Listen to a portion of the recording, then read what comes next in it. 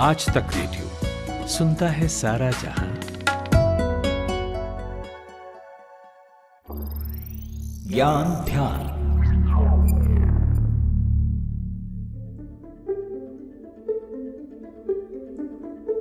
संसद या फिर किसी दूसरे सदन की कार्यवाही के दौरान, जैसे राज्य की अलग अलग विधानसभाएं हैं, हम आप अक्सर पढ़ते सुनते हैं कि अमुक पार्टी ने अपने सांसदों विधायकों के लिए व्हिप जारी किया।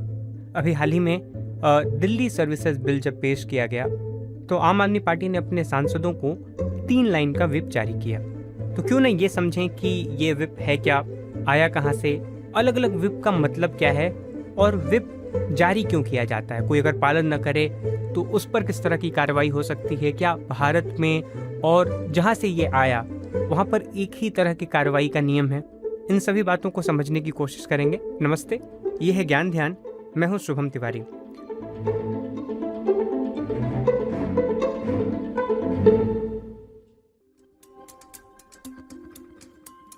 आज दरअसल व्हिप की बात।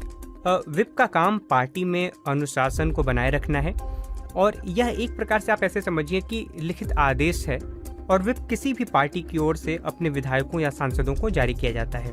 व्हिप जारी होने के बाद होता यह है कि अगर कोई इसका उल्लंघन करे तो उसकी सदस्यता खतरे में पड़ सकती है।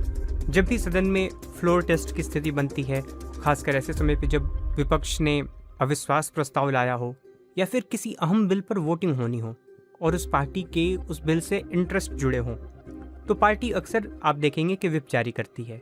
व्हिप जारी करने का जो असल मकसद है वो है विधायकों या सांसदों को क्रॉस वोटिंग करने से रोकना, यानी वो हैं तो इस तरफ लेकिन वोटिंग दूसरी ओर ना करते, या फिर इसे यूं भी समझे कि अपने सदस्यों को एकजुट रखना इसका एक मेन मकसद होता है।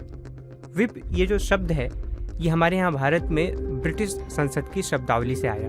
ब्रिटिश संसद में पार्टी लाइन का पालन करने के लिए व्हिप जारी किया जाता है। भारत ने व्हिप को ब्रिटिश संसद से ही लिया। हिंदी में इसे सचेतक कहते हैं। व्हिप जारी करने के लिए सभी पार्टियां संसद के भीतर अपने एक सदस्य को नियुक्त करती हैं और उसे चीफ व्हिप कहा जाता है। इसके अलावा कुछ एडिशनल व्हिप भी होते हैं। अब आते हैं इस सवाल पर कि अलग अलग लाइन के व्हिप का क्या मतलब है। दरअसल व्हिप की गंभीरता आदेश में अंडरलाइन की गई लाइन की जो संख्या है उस पर निर्भर करती है। जैसे 1 line whip, 2 line whip, 3 line whip. बारी बारी से इनको एक एक कर समझते हैं। जैसे अगर 1 लाइन व्हिप की बात करें तो इसके जरिए पार्टी के सदस्यों को वोटिंग के बारे में जानकारी दी जाती है। अब इस आदेश में सदस्यों को पार्टी लाइन को न मानते हुए अनुपस्थित होने की भी छूट होती है। ऐसा नहीं है कि अगर 1 लाइन व्हिप जारी कर दी गई तो आपको उपस्थित रहना अनिवार्य ही है। वहीं अगर 2 लाइन व्हिप पर आए तो इस आदेश के जरिए पार्टी सदस्यों को वोटिंग के दौरान सदन में मौजूद रहने को कहा जाता है। हालांकि यहाँ भी वोटिंग को लेकर कोई खास निर्देश नहीं दिया जाता है। लेकिन अगर 3 लाइन व्हिप जारी कर दिया गया तो ये पार्टी के सदस्यों के लिए एक तरह की सख्त चेतावनी होती है कि आपको सदन में भी रहना है और वोटिंग भी पार्टी के लाइन पर करनी है। महत्वपूर्ण बिलों के पेश होने और अविश्वास प्रस्ताव जैसी स्थिति, जैसे मैंने बताया भी, उसमें अमूमन 3 लाइन व्हिप जारी किया जाता है। अब आते हैं इस सवाल पर कि व्हिप का अगर पालन नहीं किया तो क्या होगा। भारत में क्या इसके नियम हैं और जहाँ से ये आया ब्रिटेन में वहाँ पे क्या है।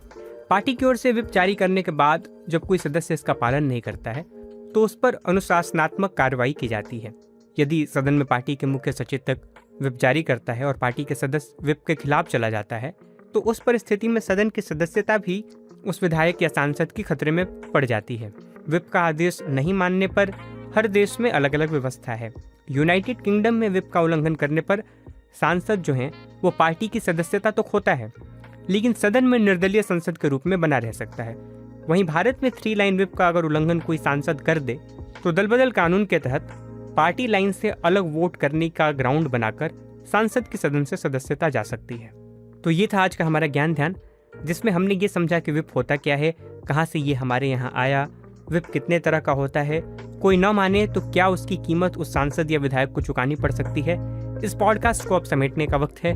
कोई और विषय हो जिस पर आप ज्ञान ध्यान चाहते हो, एक एक्सप्लेनर चाहते हो हमसे, तो लिख भेजिए radio@aajtak.com पर। इस पॉडकास्ट में फिलहाल के लिए इतना ही। नमस्कार।